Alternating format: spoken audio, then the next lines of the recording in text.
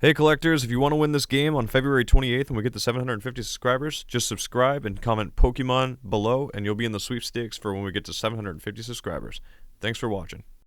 I've got two good-sized collections including boxed games, Nintendo games, PS2, PS1, Sega, and all sorts. So hang around and check this out. Now we cruising, gravy flips the scent, so chill. Furniture games, Pokemon cards, every flip is a thrill. Vintage Nintendo vibes, the treasure to unfold.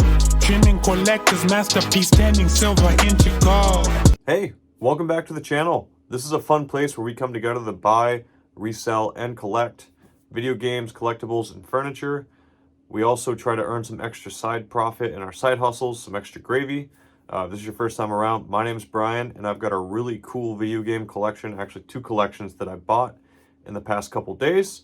So strap on your seatbelts because we got an awesome NES, Atari, PlayStation 2, and PlayStation 1 collection to look at. Let's get started. Okay, everybody, so I'm going to start on the right side with the first collection that I got, which doesn't include all this Atari stuff. A guy responded to the ads that I run on Facebook, and he actually sold me everything that you see here. I didn't include all the accessories on there. So there's around 35, 40 PS2 games, around 10 or so PS2 games, around 30 NES games, and some of the titles are really good. There's a bunch of Sega games underneath here, 32X games, there's N64 games that I actually forgot to take out of the box. I'll just describe those to you. And a Sega 32X, which I actually have an empty box for, so let's quickly get through these games so you can see what I got. I paid $675 for everything that I'm about to show you. So let's see how I did. Let's see how this collection is. And if you guys have any pointers for me, like you guys were pointing out that Mario Bros. 3 Left Bros that I had no idea about. So please, if you see something that I miss, mark it down in the comments below and let me know what you see. Okay, so I know you guys love some vintage Nintendo, so let's get through these 30 or so NES games. We have Double Dribble, Golf, Zoda's Revenge. I'm gonna have to look this game up because it's been a while since I've gotten it. Football, Techno Bowl, Iron Sword, Wheel of Fortune, Top Gun, RC Pro-Am. I think that game still goes for around $15. Schwarzenegger Predator. I don't get this one often, so I'm gonna put it to the side to make sure I look it up. We have WrestleMania, Silent Service, Kung Fu, that game still holds some value. Friday the 13th, pretty cool game. I know that one holds some value. And we have, what is this, Narc? Yep. So let's move on to the other side of the stack.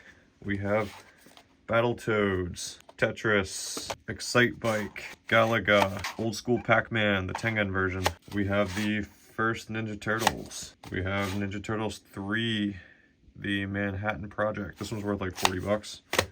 I know that for a fact. We have Mario Bros, the first one. This still sells for like 20, 30 bucks. We have Super Mario Bros 2. That still sells for like 20, 30 bucks. We have Super Mario Bros. Unfortunately, this one is not Lift Bros. You guys showed me last time that there's a version that has it here. That's like the first print. So anytime you guys are buying collections, if you see the Bros, this little Bros right here over here, that means you have something that's worth a little bit more. We have Dr. Mario, Turtles 2, the arcade game, the Mario Bros. Duck Hunt game, and another copy of the Mario Bros. Duck Hunt game. Okay, for PS1, we've got Tony Hawk's Pro Skater. We've got 40 Winks. I know this one's worth like 25 or so dollars because I got it at a garage sale one time for like a quarter. Bob the Builder, Resident Evil 2. This one actually has held its value. It's worth pretty close to $35, $40. Just doesn't have the manual in front. Dukes of Hazzard, The Emperor's New Groove, Crash Bandicoot 2, and Big Game Hunter. And last but not least, we have Gex and Interactive Sampler Pack. Cool stuff. And then for Sega, I'm just going to show you guys this quick Game Genie that was included. And the guy found this Super Mario Bros. Last minute. That beside us. And for Sega games, we have Spider-Man X-Men. We have Wheel of Fortune, NFL Football 94, Rolling Thunder 2, which I've seen going for between $50 and $100 when it's complete in the box. Pretty good game. We've got Aladdin, Miss Pac-Man, Tiny Toon, Bluster's Hidden Treasure. We've got Sonic 2.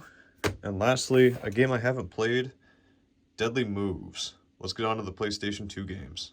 Okay, so just some quick ones I've got for the 32X. I have Star Wars and Virtual Racing. For the N64, I got 007, Cruising USA, and Mario Kart 64.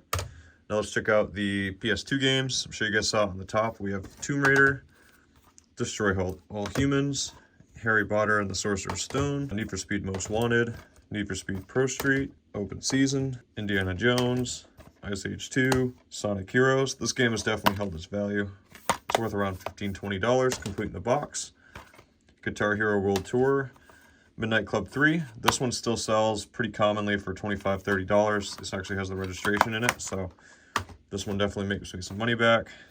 Stunt Challenge, Monster Jam, Soakum 3, MX ATV Unleashed, ATV, Kung Fu Panda, Sports Night, The Bigs. We have Madden, Knockout Kings 2002, Stuntman Ignition, a Japanese Fast and Furious. I haven't looked up the value on this, but we will figure that out. Flat Out, Dangerous Hunts 2, Big Game Hunter, Cabela's Trophy Bucks, Harley Davidson, and Need for Speed Undercover. You can bundle up a lot of the games that are like the same title, and they sell pretty quickly. Now let's look at the complete in-box Atari games. So for everything I showed you in the other collection, I paid $675 for. For this, my wife actually found a really good deal on Marketplace. She paid $75 for everything. And I thought this was an Atari 2600, so I thought it was gonna be worth like $150 or so. But this is actually a complete in-box, like mint condition, not the box necessarily, but the console, Atari 5200, which sells for closer to like $250 to $300 complete in the box. And a lot of, like 7 games that are complete. Each one of these sell for between $10 to $20, depending on if it has the manual. So for the first one, we have the Pac-Man, we have Defender, we have Centipede, Super Breakout. This one's probably the most valuable. Galaxian, Kangaroo. I have never seen this game. And the famous Q*bert. I sold a lot of these ones on the Commodore consoles. But let me open this up for you guys so you can see. I might have to turn it around. But look how crystal clean this console is. This box is really big. Can you guys see how shiny that is? Like, let me move the console quickly. It almost looks like it's never really been used.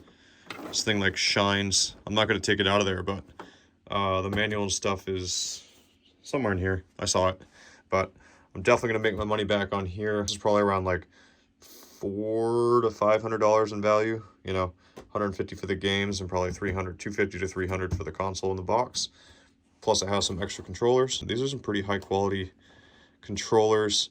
You can normally sell these each for like $20 to $25 or for like $40, $50 in a pair. So if you guys are ever buying collections, do not miss out on Atari controllers. Definitely trying to get the higher number models. So like the 2600 sells less value than the 5200, and the 5200 sells for less value than like the 70. Is it the 72 or the 76? But the one that you really want to be looking for is the Amiga. Okay, everybody, I just added up how much profit I expect to make. In essence, I told you guys I paid $675 for the collection. That was everything but the Atari. And I paid $75 for the Atari stuff. I expect to make, honestly, close to $400 to $500 for the Atari stuff. So I'm just going to put it at $500. Obviously, I have to take fees and shipping costs out of that. But still, that's a really good profit for that. The Sega games are probably going to bring in around close to $150 to $200. The N64 and the Sega 32X games are going to bring in between $100 and $150.